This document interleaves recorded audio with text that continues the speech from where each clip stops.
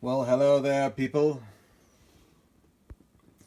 I will around. Good to see you. And sorry for those of you that I'm waking up right now. I try to caution people. I had my dad, my dear old dad, 98 years of age. He said, "Hey, I watched you recently." I said, "Man," I woke him up because he had the periscope on. Doo-doo-doo. I keep telling people, turn that off. Turn the sound off. Anyway, I am, hey, Missouri. Aloha. It's Lance. Yes, it is. It's me. And I have an interesting idea. It's a brief one. It's a powerful one. And I just want to be able to say it real quick. You know, for a long time, I was teaching on passion. I thought, because it was such a novel theme for many believers, let's just talk about this for a second. Passion. What the passion concept is. Those lights too strong behind my head? Put them out. Yeah, we don't need those lights there. And the idea about passion clarity I really got from a book by Janet Attwood and a conference I went to. She's kind of an interesting lady, a real kind of new agey type, but you learn from all kinds of people. And she was doing this really neat process where she helped people get clear on what it is that is really in their heart to do. Now, there's a benefit to that because there are many people that never get clear in saying what it is that they really, really, really, really want to do. And because many believers have fragmented focus, you know, there's a spiritual area and then there's personal areas. It's kind of hard to get that together into a statement that says, this is what I am all about. And it's beneficial to have that clarity. But I've noticed something, a kind of a creeping narcissism that has gotten into a lot of Christian dialogue. And I'm noticing it a lot with people that are the most hungry for spiritual life. They're trying to pursue their passion, etc. And then I started thinking about that, and I realized that for me to be able to do what I'm doing now, I actually had a passion to teach. I had a passion to, revelate, to study and read. You see all this, my library here, right? So I got a whole bunch of books around me and all this stuff. This is the real deal here. This isn't like some fake studio. And yet I was thinking about this because people are talking about pursuing their passion. And in reality, the Lord kept me from doing this for a long time. And when I said the Lord, I mean that. I was involved with pastoring on a staff, and I didn't really want to be on that staff, and I didn't want to be in the job I had. But this is the beauty, in a sense, of real prophecy. The prophetic word that I was responding to had said to me, and this is a quote, part of the prophetic word was, "This is your house, this is your people." And I received that word in a church in Rhode Island. I lived in Philadelphia at the time. And I felt that the Lord was calling me to go to Rhode Island. And it took me a little while to get there, but I went, and I went on this staff. And I thought that would just be for a little while. But the Lord would not let me out of that assignment. And I had no confirmation of just leaving, and I stayed there long enough. I ended up pastoring that church, ironically. And even then I wasn't in my passion. I was just doing what I had to do. And then eventually I ended up doing what I love to do. But I just want to say this. This is so important you get this. Knowing your passion helps you to know what it is that drives you and how to say yes or no to things that you could get engaged with. But your destiny is bigger than your passion. And I want to really say this. Because your passion tells you what you want to do. But if Christianity means anything, it's that you don't always do what you want to do. You do what you're called to do. And so I'm reading this verse again. I want to read it to you here. And it's from the Gospel of John. Jesus says, "Verily, verily, I say to you," this is chapter 12, verse 24, if you want to follow it, "except the corn of wheat fall into the ground and die, it abides alone. But if it dies, it brings forth much fruit.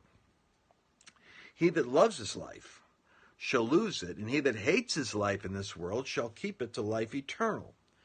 Now, there's an interesting verse for everybody that's looking for lifestyle fulfillment and Christian lifestyle in the world these days.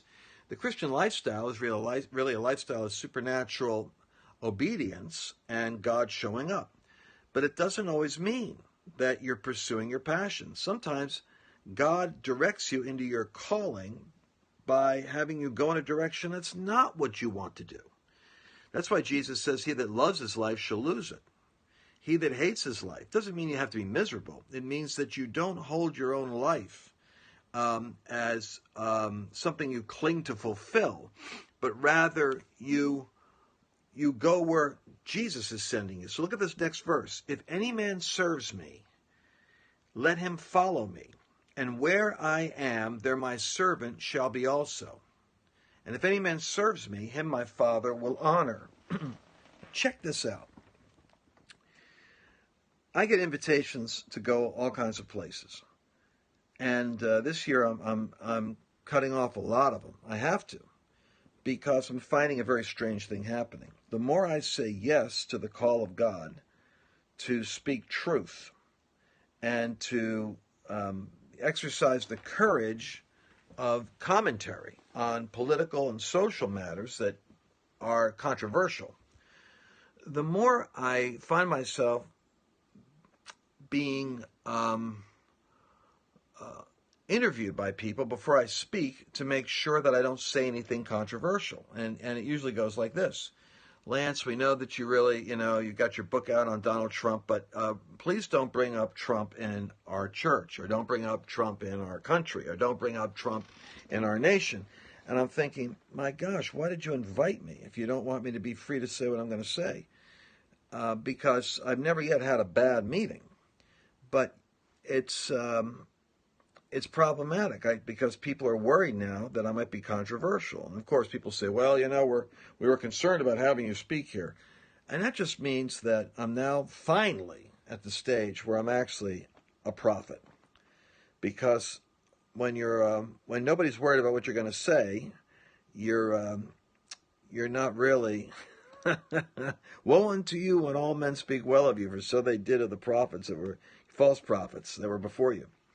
So I've learned that I only really want to go where God's sending me. Now, that means that I'm saying yes to some places that I normally would say no to. I'm saying yes to places that can't even pay me, places that can't afford me, places that I feel like the Lord wants me to go because of obedience, and not because of even the package. What Jesus said is, if any man serves me, let him follow me, and where I am, there my servant shall be also. What we have to think about is, this verse says that where Jesus is right now, you need to be. Now, this is the beautiful thing about Christianity. We're not following a dead philosopher. We're not looking after the teachings of Confucius or Buddha. We're not going to the Muhammad, for instance. His body is in various parts of the Mediterranean. Nobody, even Muslims aren't saying he's resurrected. But we are following a resurrected Savior. They never did find the body, by the way. That's why our movement is so powerful. All that the Jews had to do to quash the movement of Christians was to produce the corpse. But they couldn't. Rome couldn't produce it either, because the body wasn't there. Now, where did that body go? Well, obviously, it was either resurrected or Jesus, after a public execution, which was the Passover plot theory, it's called the swoon theory. He revived himself while he was in the tomb, and then on feet that were pierced, with hands that were pierced, he rolled a stone away and walked into town and looked so revived and refreshed that his disciples were convinced he was raised from the dead. After all, the disciples did meet Jesus and believed he was raised from the dead. You know why we know that? Because we have history of the martyrdom of the first century followers of Jesus. Now, men typically don't give their life and allow themselves to be crucified upside down or flayed with their flesh taken from their body, as Matthew purportedly was in India, in order to endorse a lie. Most people would say, hold it, hold it, hold it. I was just kidding. I really wasn't serious. He never really was resurrected. But to pursue a life of persecution, you would have to have had an experience firsthand with a resurrected Jesus. And so the point is that Jesus is still alive. And that's why this verse is so powerful. It says that where I am, there shall my servant be. So Jesus is somewhere in your life. You want to know if you're going to have a good year this year? Depends on if you are where Jesus is. You got to meet Jesus where he is in your marriage, not where you want your passion to be. I can't tell you how many people are bailing on marriages, jobs, relationships, churches, because it's not what they wanted. Well, to heck with what you want. Heaven could give a rip about what you want. What heaven wants is your body obediently surrendered to the will of God. So where Jesus is, that's where you're called to be. And where he is, there he says his servant will be also. And so you got to figure out where Jesus is in your career right now, where Jesus is. I'm telling you, Jesus is in the business of trying to bring reformation to America.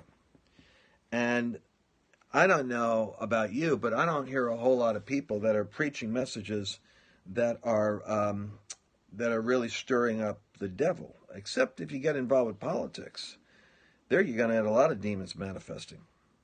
I think we ought to go where the manifestation is. It's probably where the truth is going. Jesus said, where I am, there my servant will be also. And if my servant is there, then my Father will honor him. Now we talk about favor. I don't know how many sermons you've heard on favor. But favor is a powerful concept. It literally means that there's this kind of anointing from heaven that is an attraction factor, and it attracts to you the people, the resources, and the opportunities to do the will of him that sent you. And where you have supernatural favor, you have a supernatural magnetism. It's almost like a charisma from heaven that draws to you that which you need to do the will that God has put you in. But here's the kicker. It's where Jesus is. There shall my servant be. I have to think about that. Sometimes I even get invited to dangerous places. I get invited to places that could be dangerous for me. And I have to struggle sometimes with that because I'm a husband, I'm a father, and I have to think about what I'm doing. I've got staff people and other people rely on me. But at the end of the day, what's the defining question?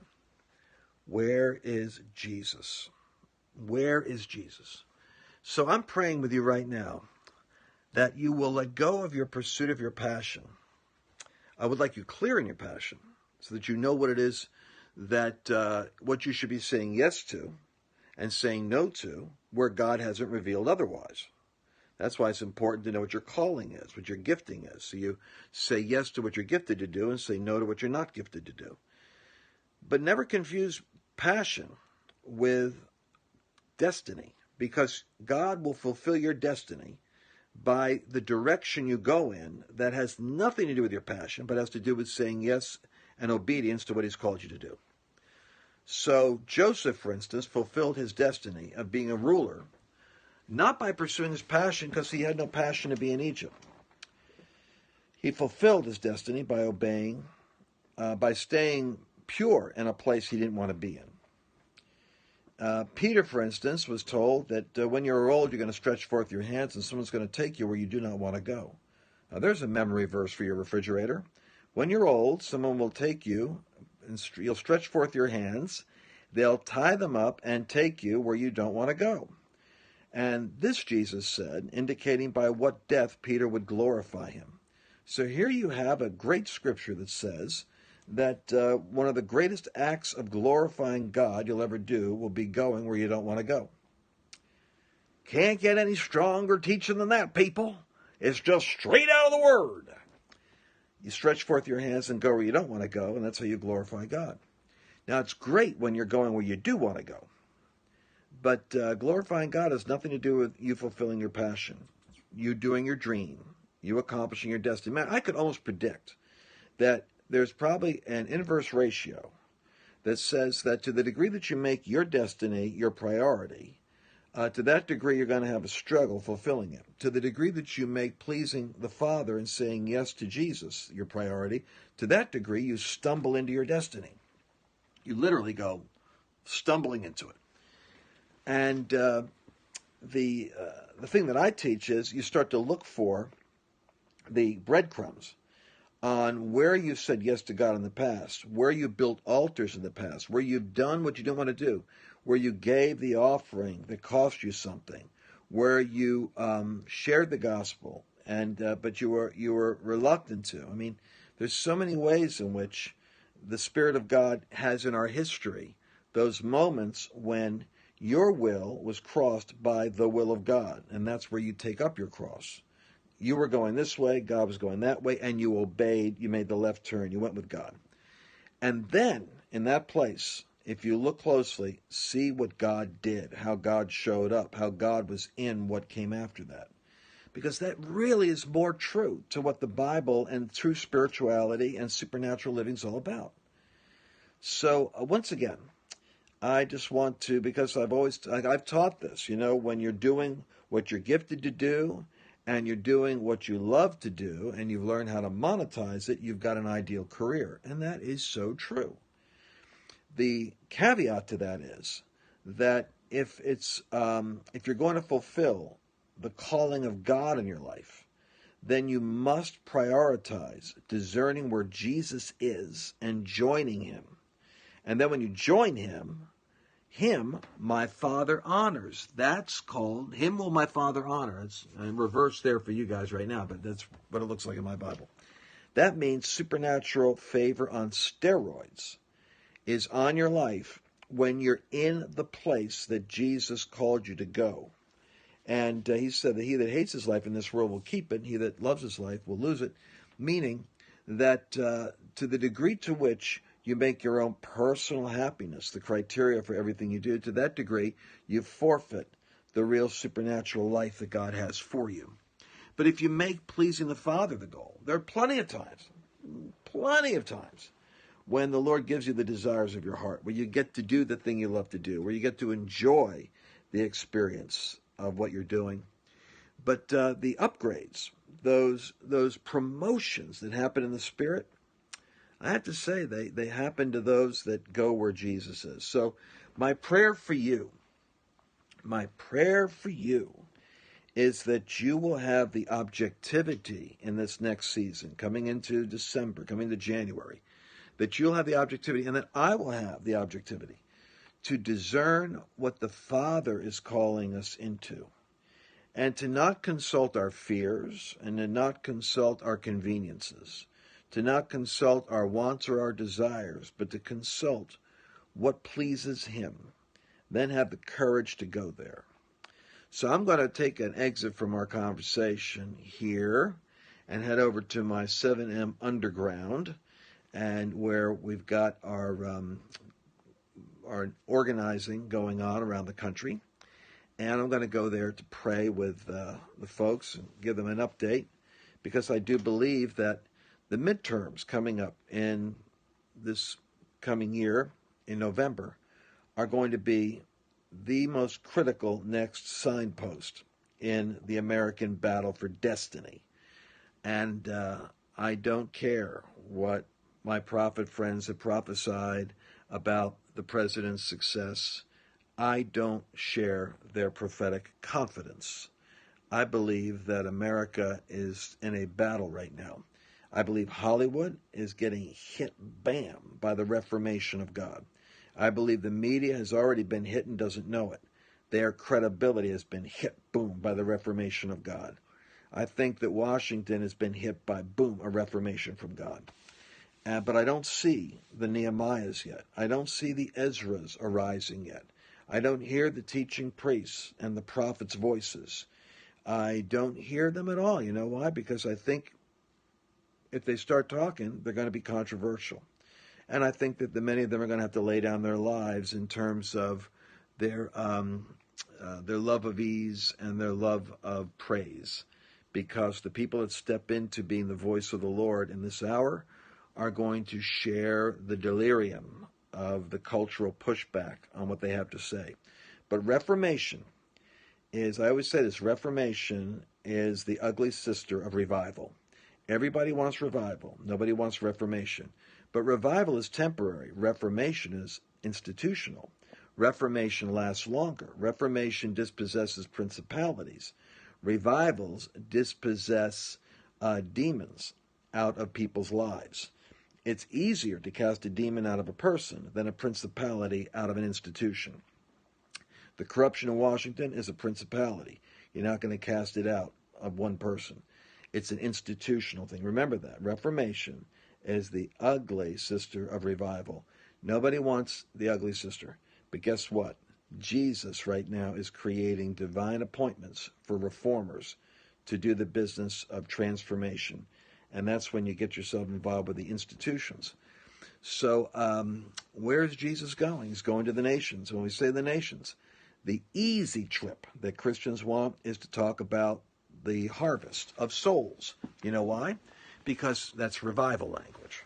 Revival language is all about a harvest of souls. Harvest of nations? Ooh, that's Reformation language. Now you're talking about raising up new media, new journalists, new lawyers, new advocates. Now you're talking about partnering with the Cyruses. And you know who the Cyruses are? The Cyruses are the Steve Bannons or the Donald Trumps. They're the secular prophets who are raised up by God, maybe because he couldn't find a Christian that would do it, who was willing to say what needed to be said. So he just went into the toolkit and got himself a Winston Churchill, stuck a cigar in his mouth and said, prophesy. And Churchill began to describe who Hitler was and what National Socialism was. I believe that contrary to a lot of our teaching about Roosevelt as being bad, I think Roosevelt was actually a Cyrus. Unfortunately, he was a bit more socialistic than I'd like, but he was the right man at that time to, he personally wrote the D-Day prayer. He wrote the prayer. Imagine a president nowadays praying and praying for the servicemen and leading the nation in a day of prayer and writing the prayer himself so that God would be with his men and that faith would stay in their heart throughout the battle. So I like Roosevelt. I'm going to give him 2 thumbs up in terms of Cyrus types. And Stalin, 2 thumbs down. Mao, nope, and thumbs down. And because God has history in his hands and he raises up secular leaders to do certain jobs. Why am I focusing on that? Because a lot of us keep thinking about conversion as the end game. It's not about conversion. It's about supporting the Reformation through the Cyruses God raises up. Man, this is so cutting edge. I'm sorry if this sounds arrogant to say this, but this is so on the edge of what we need to talk about. It's not about revival. It's about reformation. It's not about a harvest of souls. It's about a harvest of nations. You get the nations, you get the souls. And it's not about getting people converted in high places. That's nice if you do that. It's about supporting those that God has raised up and anointed to transform institutions, to cleanse them, to seek the well-being of the people.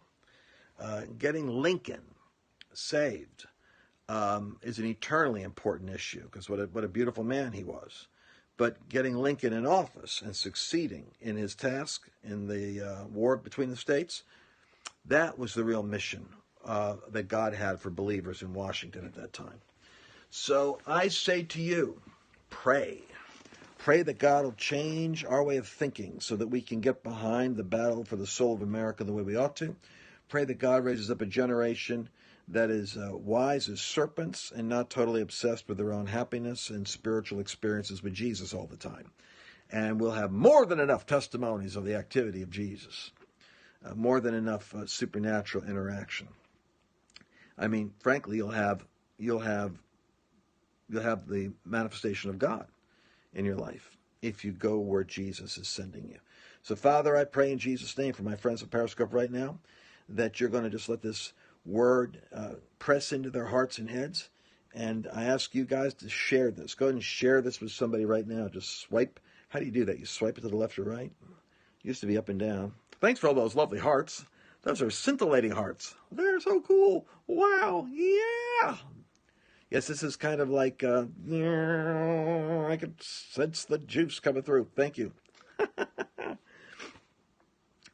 And I'll head over to the 7M Underground now and talk a little bit about, I want to read you guys from my book. I just read a book on Bannon. I'm going to meet Steve Bannon in 2 weeks. I got his book somewhere. Oh, here it is, right here. So I just read this book on Bannon because the Lord told me Trump is the Cyrus in government, and now I'm starting to pray, and I want you to pray for Bannon because he's the Cyrus in media.